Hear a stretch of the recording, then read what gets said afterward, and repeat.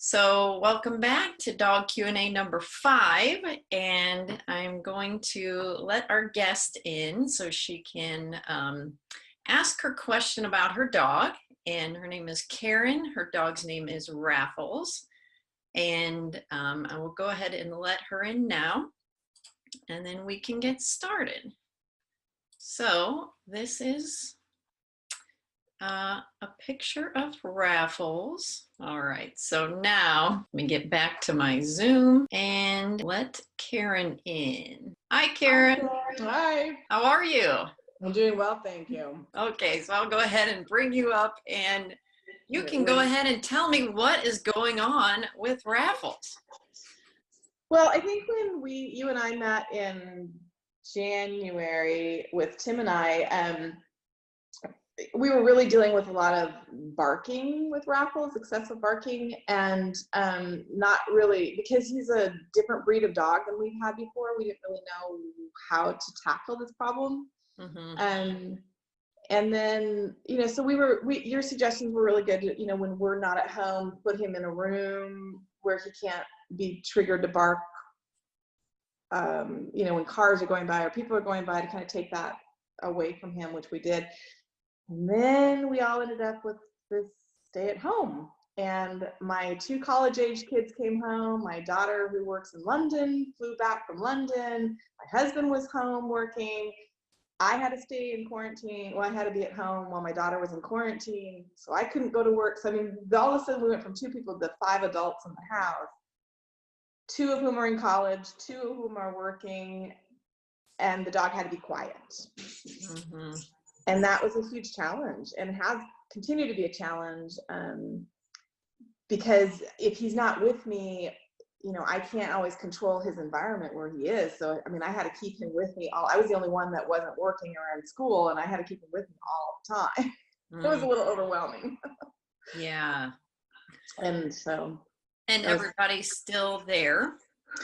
Everybody is still here. Everyone is still at home working, and everyone is still doing their things. Although the boys aren't in college or in school anymore.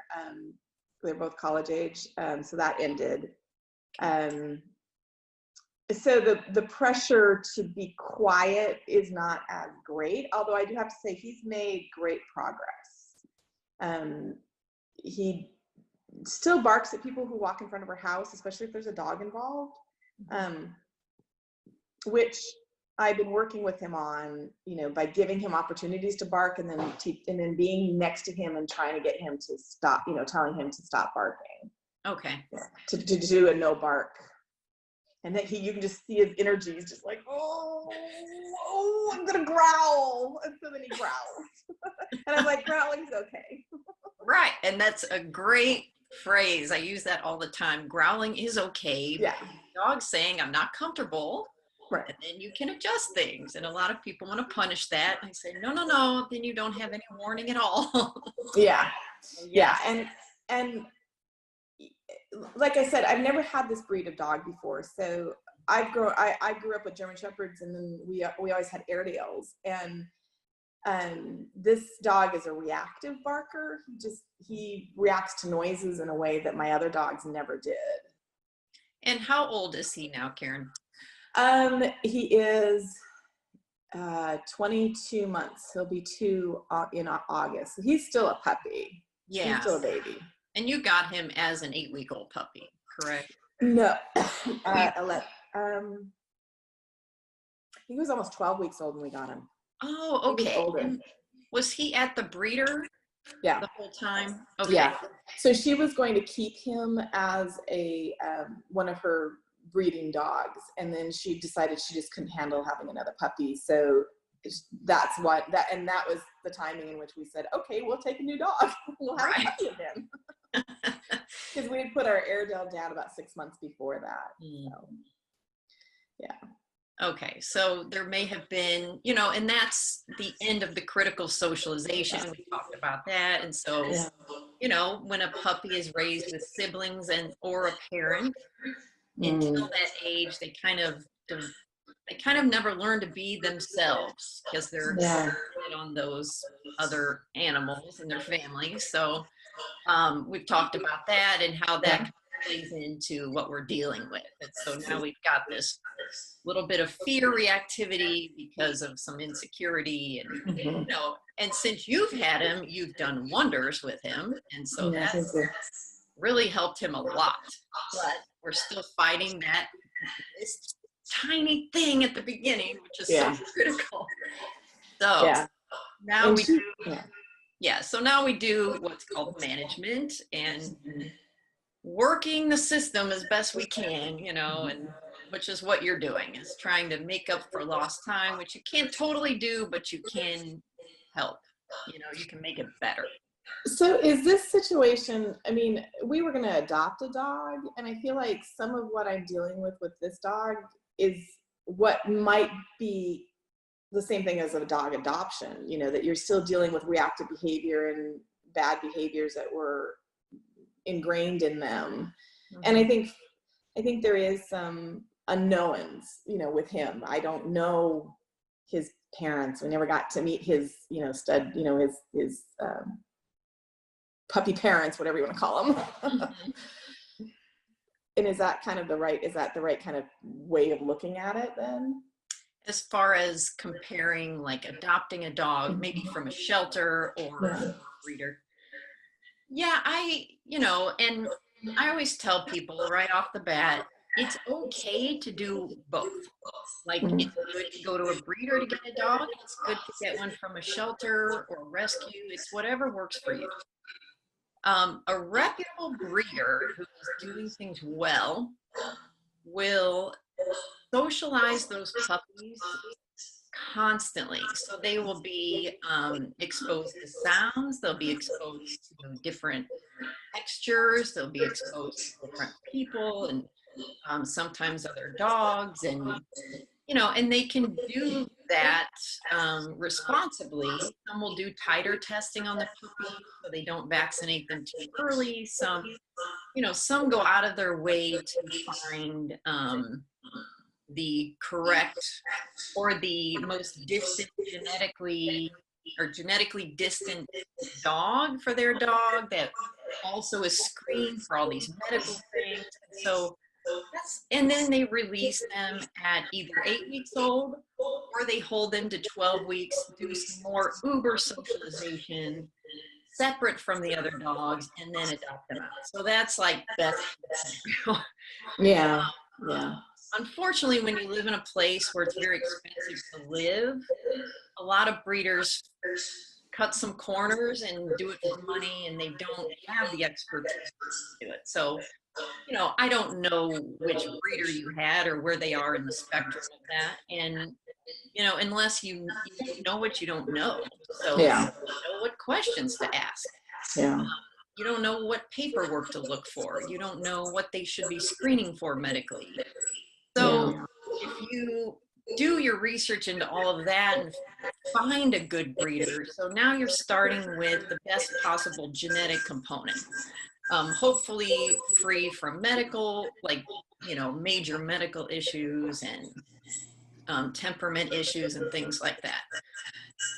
Versus you go to a rescue or a shelter, or they say, here's a litter of puppies that came in. Which one do you want? I don't know. I'll take that one.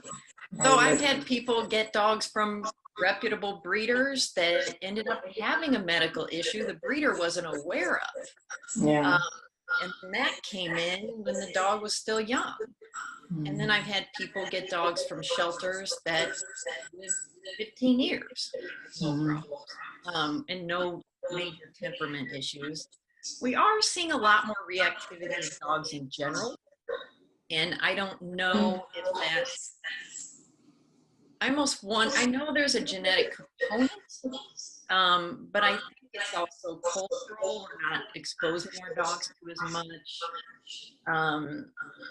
I don't know how much vaccines factor into that. I don't know, what all is going on there, but there is more reactivity in general. And I think with busier lives, dogs are sometimes relegated to the yard where they bark a lot more, and they learn to bark, and they're more territorial and fearful in general because they're not exposed to life like they used to be. And I don't know. There's something going on there with that trend. So all that to say, you do have the best chance of,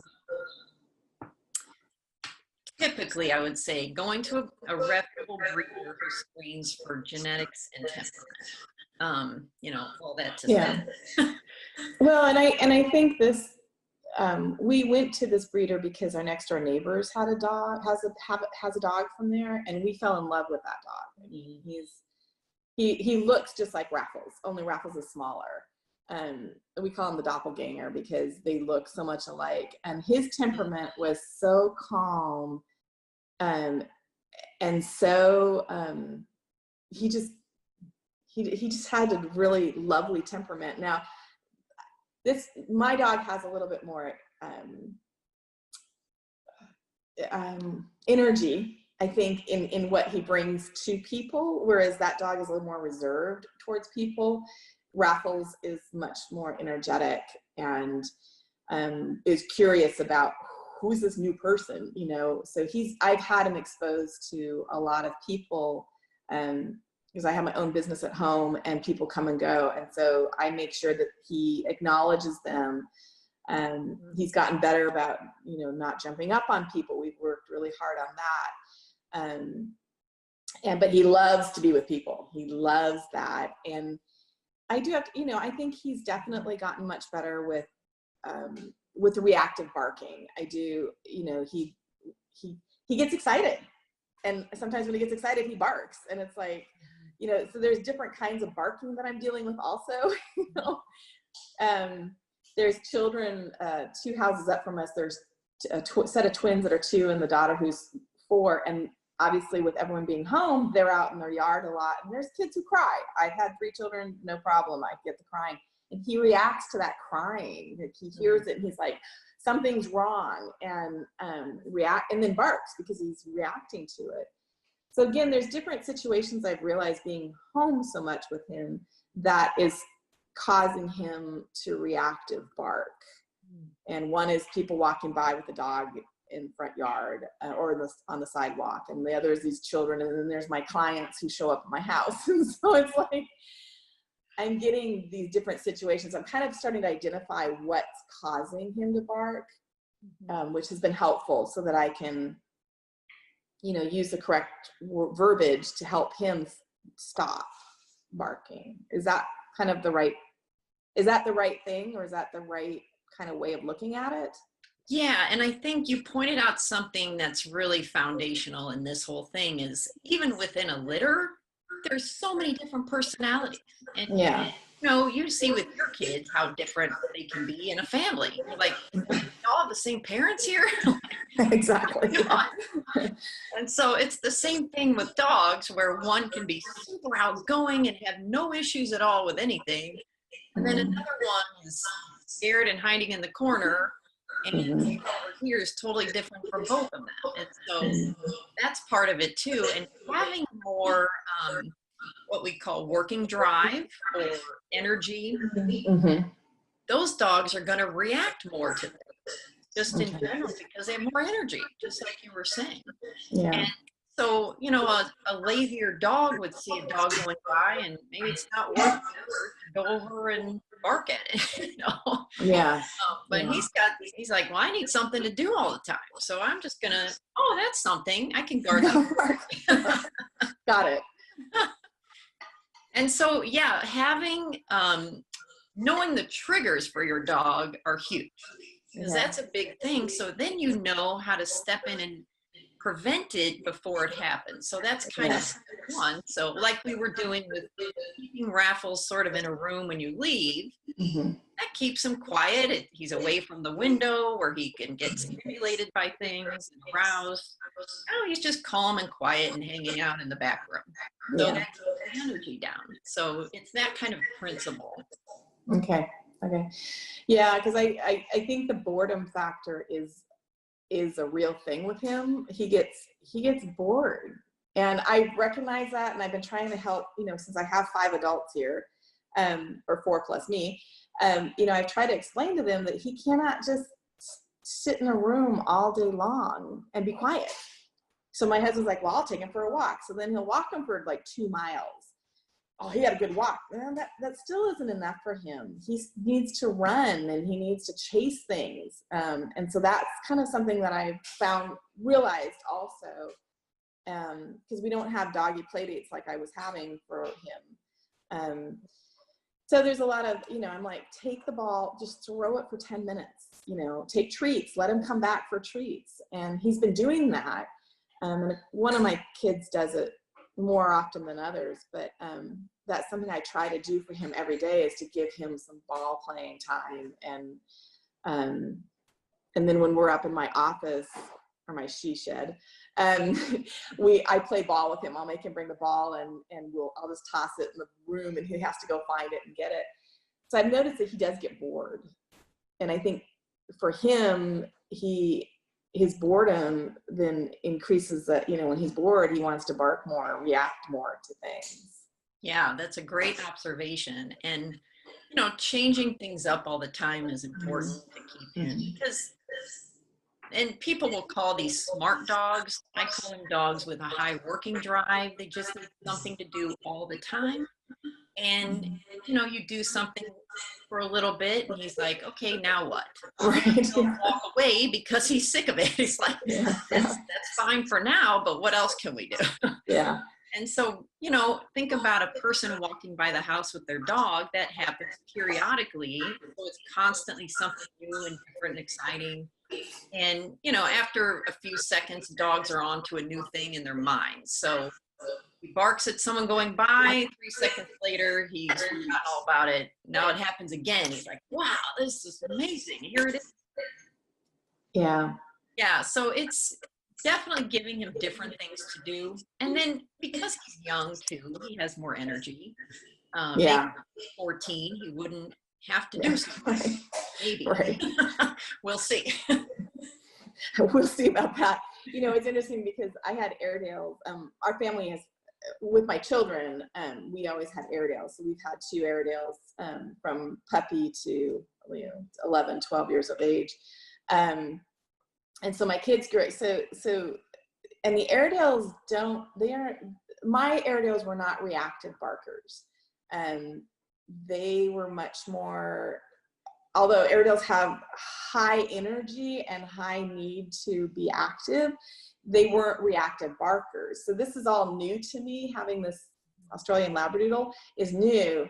And so as I think about my kids, our last Airedale, she went deaf for the last 2 years. And so she didn't bark. She never heard anything. And so everyone's like, why is she barking so much? Lucy didn't do that. And I'm like, Lucy was deaf. She couldn't hear anything. And so I feel like sometimes in my family, they only look at a section of time and say that's the way the dog was. And it's like, no, I still worked with Lucy to not bark. And I still worked with Lucy to not react to things, which with the Airedales were actually easier than him. And Airedales are not that easy to train. But he just has a different energy, which I like. I also really love the Airedales. I love Airedales.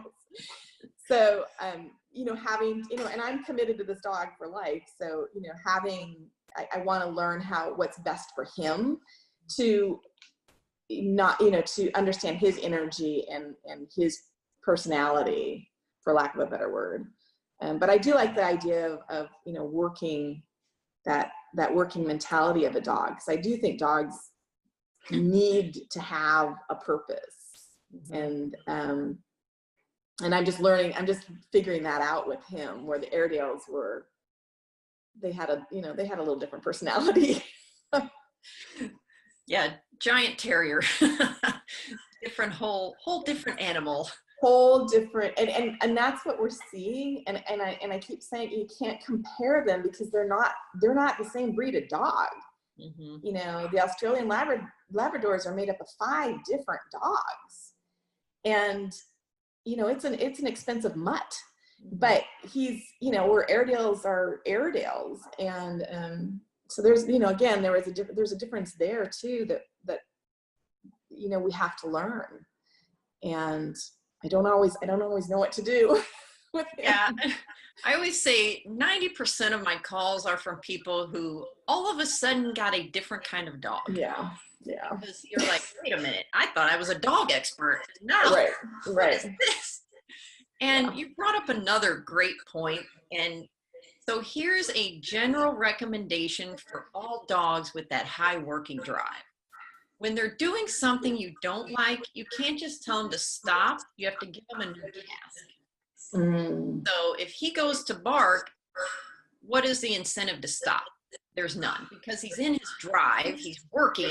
Like, so think of a person with a high work ethic. You can't just stop them from working. You have to say, maybe you want to put your energy into this right now. And so maybe barking, you won't be able to probably call him away from that immediately.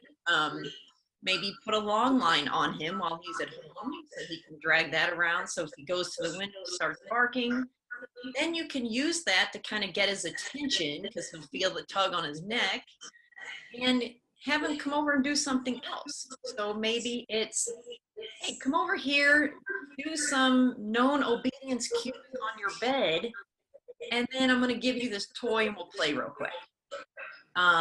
Something like that, where it's engaging with you instead of doing his own thing, but it's still a task. So, maybe you go out and play with the ball for a little bit. And even if it's just for a few fetches, it redirected his energy into something you like, and he got rewarded for it. Yeah, interesting. That makes total sense. Especially with him, that makes total sense, because he does get in that drive in that mode. Like, he knows when he hears the postman's car or truck, and he just immediately goes into, I gotta protect the house. And so, so one individual in my family will remove him from the situation. I often will let him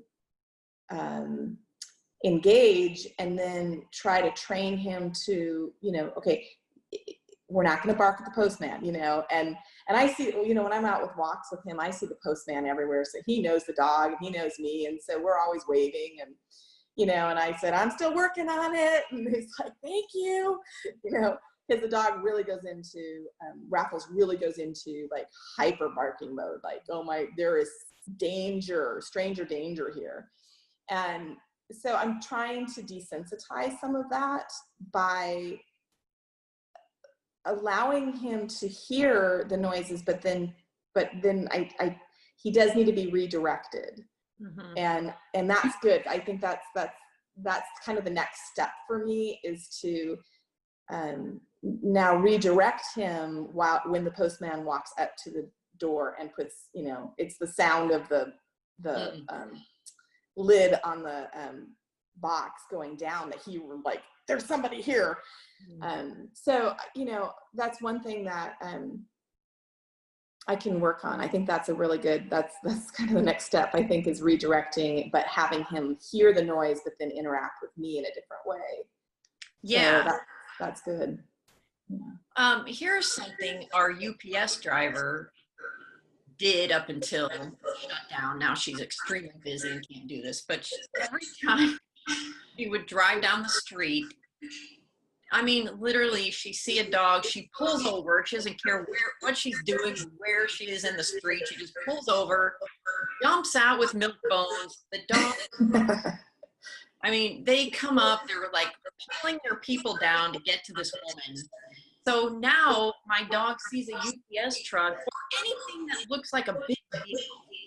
He is screaming and pulling at the end of his leash. So with that concept, you could, if you can have, I don't know if your mailman could do it, or neighbors, or you, if you go outside, make the sound of the thing, but drop a treat through the slot. Yeah. And so it kind of changed the association from scary person approaches, I bark, he goes away, to scary person approaches, food comes in. Oh, that's different. So yeah. It might help. I don't want to create a new problem, but right. Dog.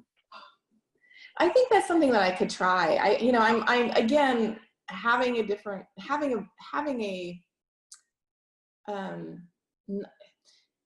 not having, or having a mutt. I'm just going to call him a mutt because I don't know what else. I mean, you know, he is a mutt. As opposed to, say, an Airedale. You know, again, I'm trying different things, trying to figure out what he will react to and what he will calm down with. And you know, yeah, I think that noise, my husband did identify that, and he said, oh, you know, I feel like we should make that noise so he gets used to it, and then, but giving the treat when that noise happens may be maybe the next thing to do also, because I think we're at a place now, it's been, well, since March, with everyone home and being, you know, kind of, and we're in a routine now. And I feel like he's made so much progress in the last 3 months that I am looking for what's the next thing. Like, how do I take this now to the next level? Because again, I've never had this kind of dog. So, and we've established that. But to really work on the next step, which, yeah, I think that reactive noise, the reaction to the noise, my husband did notice that. So yeah, that's something that we could do. He when you and I met when we met in January, I also told you that he was wanted to chase cars. Right. He's proverbial dog that's going to chase a car. And he's gotten much better at that. Like, he doesn't react as much to the loud noises anymore and doesn't bark at them.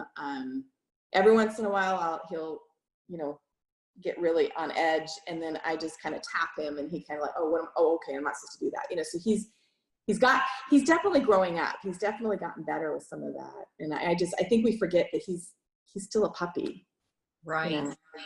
And I think we put in we had a dog for 11 years, and we put her down, and, you know, we expect him to act like this 11-year-old dog.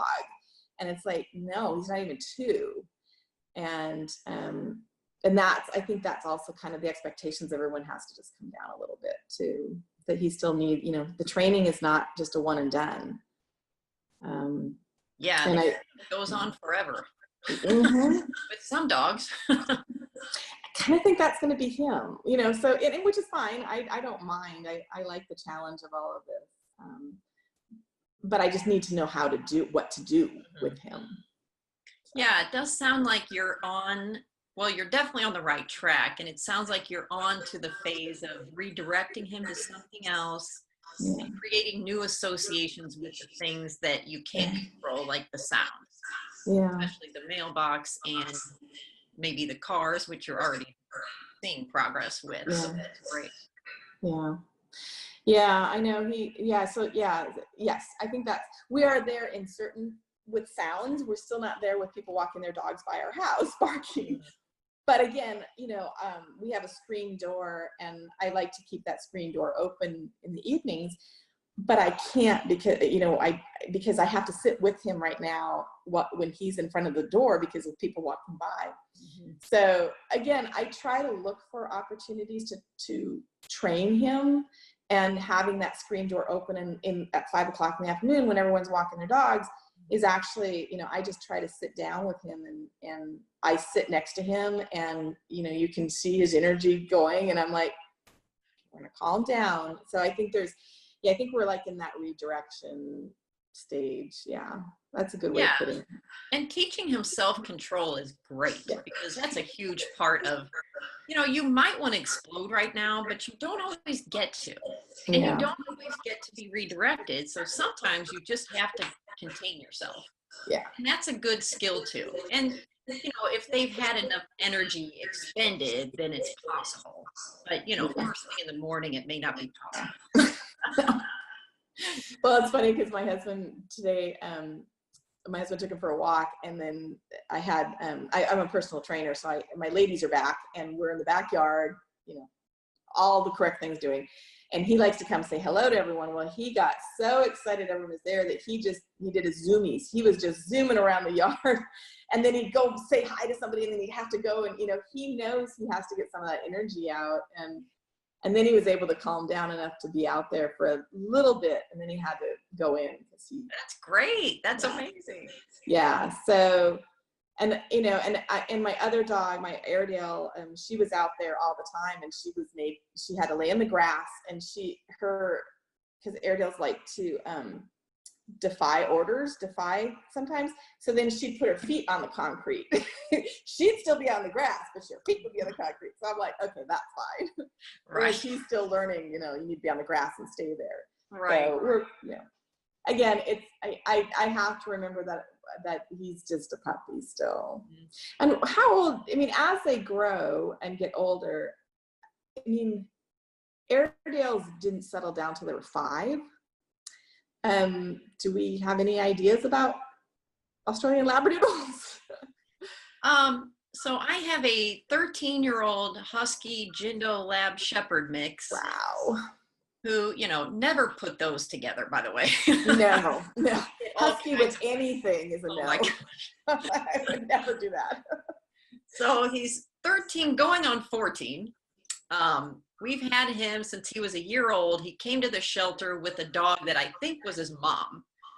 So now I have a dog who was bonded with his mom for the first year of his life, and then came into our house, and our female dog, Maddie, was here at the time, bonded with her and kind of followed her around. So he's always had a leader. But because of that, he's never kind of grown into his own dog. Yeah. So he's kind of had this underlying insecurity, which has made him leash reactive since, maybe a few days after we got him, this thing stinks. And I was like, what is going on? It was kind of new back then. He's 13, and he still, once in a while, wants to do some zoomies in the yard. I have to remind him that his body can't do that anymore. We don't need a giant vet bill. His brain still wants to do it. And on the walks, I would say 75% of the time, I can get him to at least not bark at a dog or look at me instead. But 25% of the time, he still will react to certain dogs. So we're kind of just managing him, and it is nice that he doesn't have all the energy he had. We went from, I think we were doing like a 4-mile walk every morning. Now I do 1 lap around our block, and he's exhausted. So that definitely makes a difference. Yeah. So aging, that's really it. I had a client a long time ago who had this field lab that was like 110 pounds, who literally destroyed everything in her house.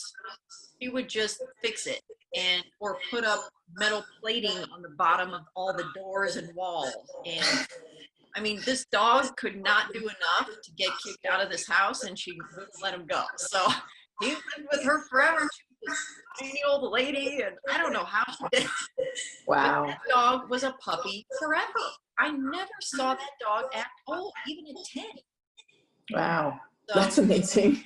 I think he's an extreme. Yeah. But it's possible that they just never lose that energy. Yeah. Yeah, well, it's going to be interesting to see what he does, because I know, and again, we've been in extraordinary times, right? So having all of his adult humans home again, and, there's been a lot of change for everybody. And like I said, we're 4 months into this, and we're at a point now where he's okay with the energy in the house, because the energy in the house went from my husband and I to, my daughter works on London time. So, I had somebody awake in my house 24 hours a day for many, many weeks.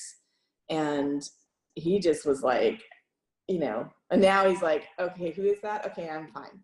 So there's, and my kids have even said, he's growing up. Yeah, it does happen. Just like children, they grow up and then they come home again. Here we are.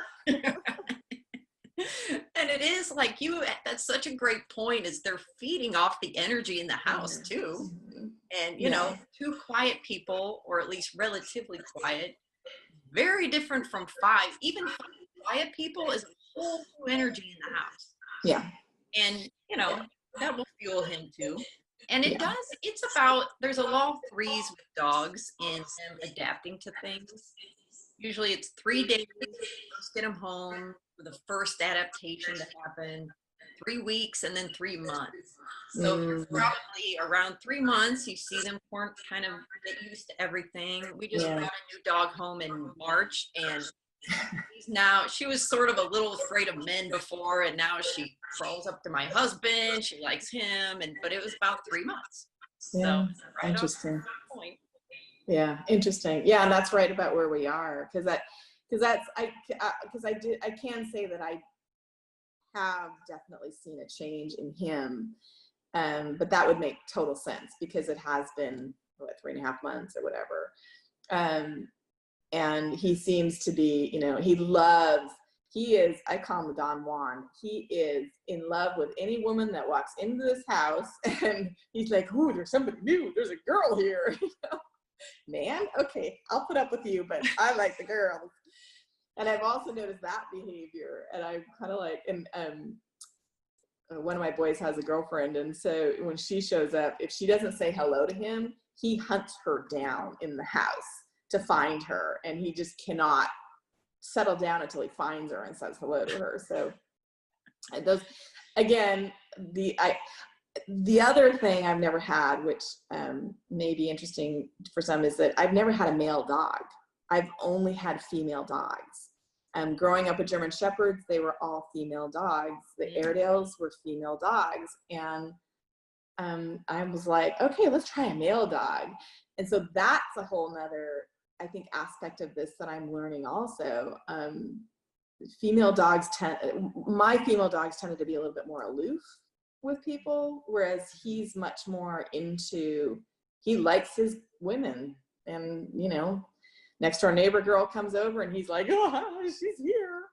And so again, having a different breed and a different sex dog is really has been a challenge for me. And the entire family home at the same time. And the entire family home, yes.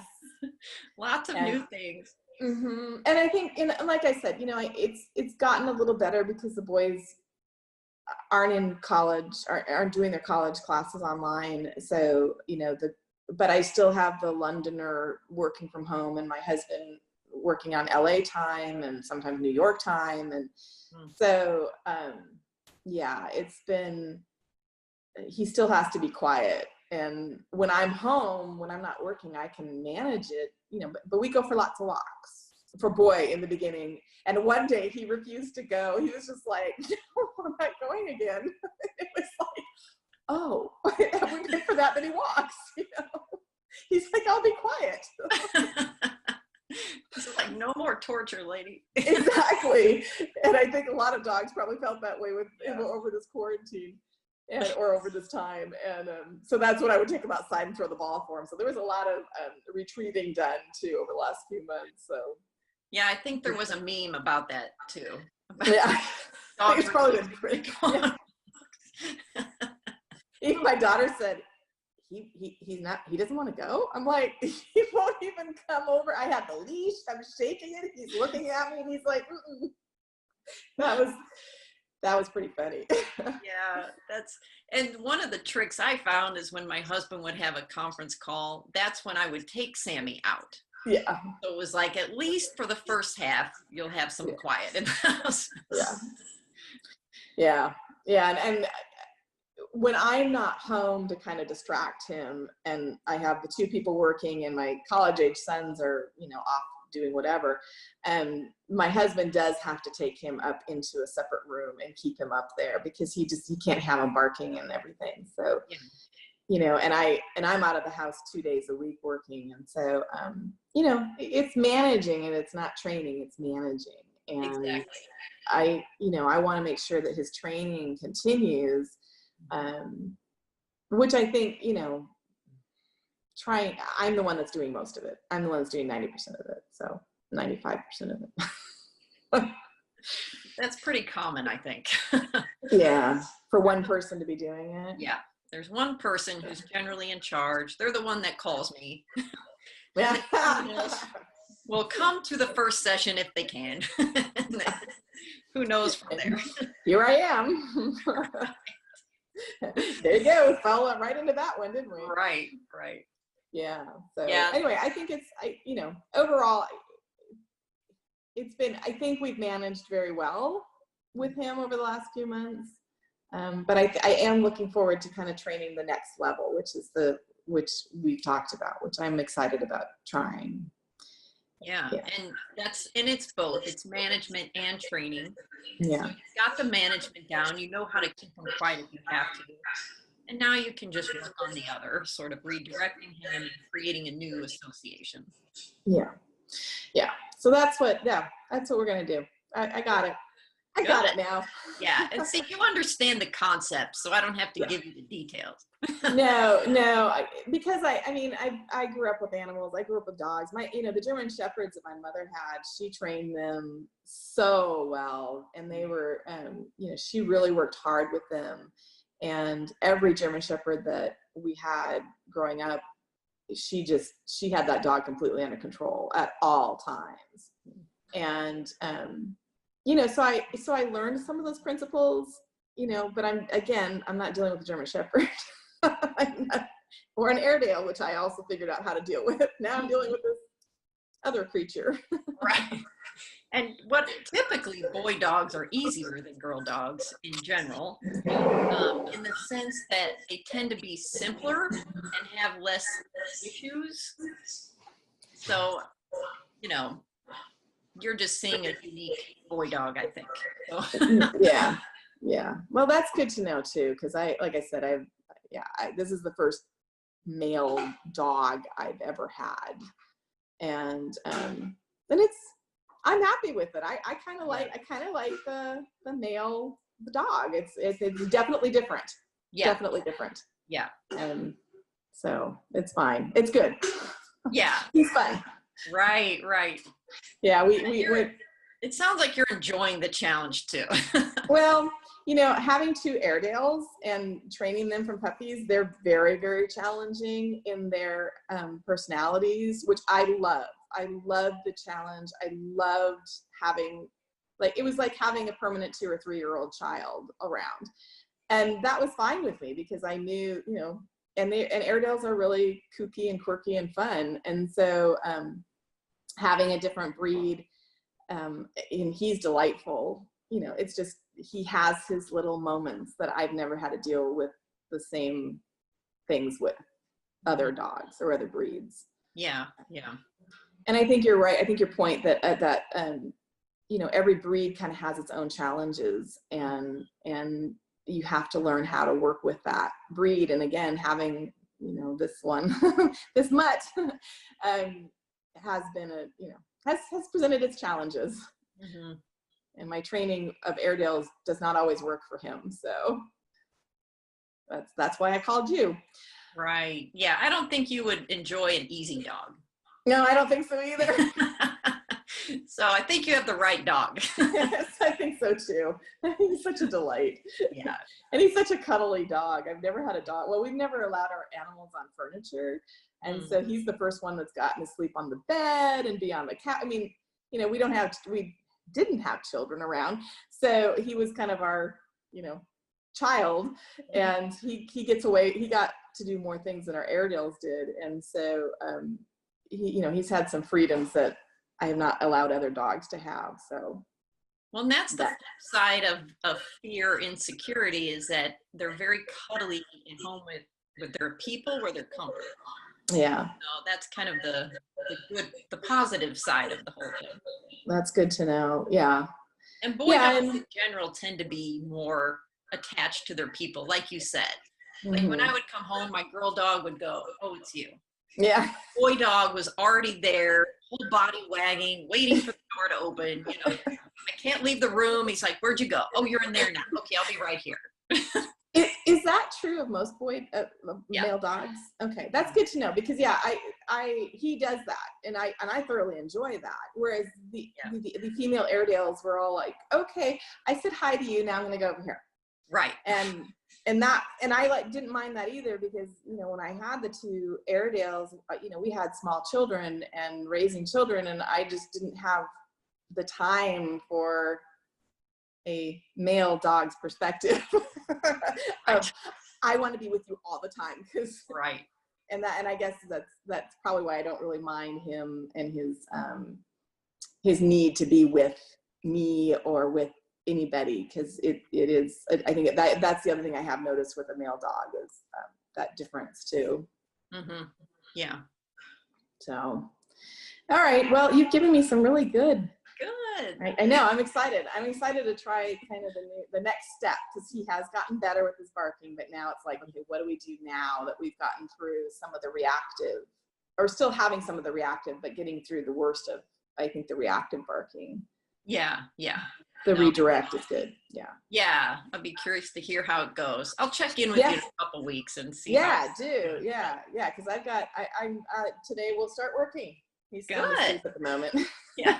Today we'll start working. Right. On that. Yeah. Once you're up and moving, he'll be up and moving. Exactly right. Yeah, he's zonked out. I had him here in the chair next to me. I was going to have him here with me, but he was like, I'm really tired.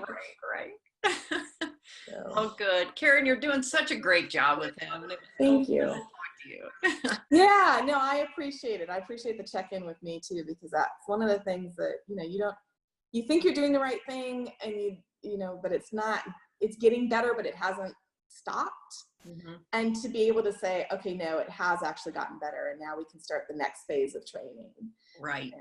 And that's important to understand, that it's, yeah, you're right. It's not a one and done. It is a everyday looking at situations that you can put him into to train him. Mm-hmm. Yeah, and I always tell people, measure your progress in months, not weeks and days. Yeah. You know, with personal training, same. Yeah, absolutely. You're absolutely right. That's what I tell my ladies. Yesterday. Right.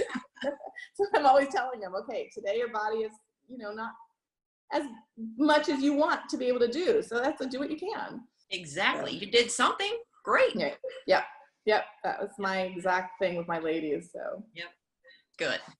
Well, good job, Karen. Yeah. Thank you. I appreciate it. Yeah, thank you. Well, we'll keep, you know, he's totally not paying attention. But yes, we'll definitely check in with you in a couple weeks. Okay, great. All right, well, enjoy your weekend. Thank you. You too. Right. Sorry I didn't get anyone else in on this conversation, but oh no, it was great having you. Thank you. All right, talk to you later. All right, bye. Bye.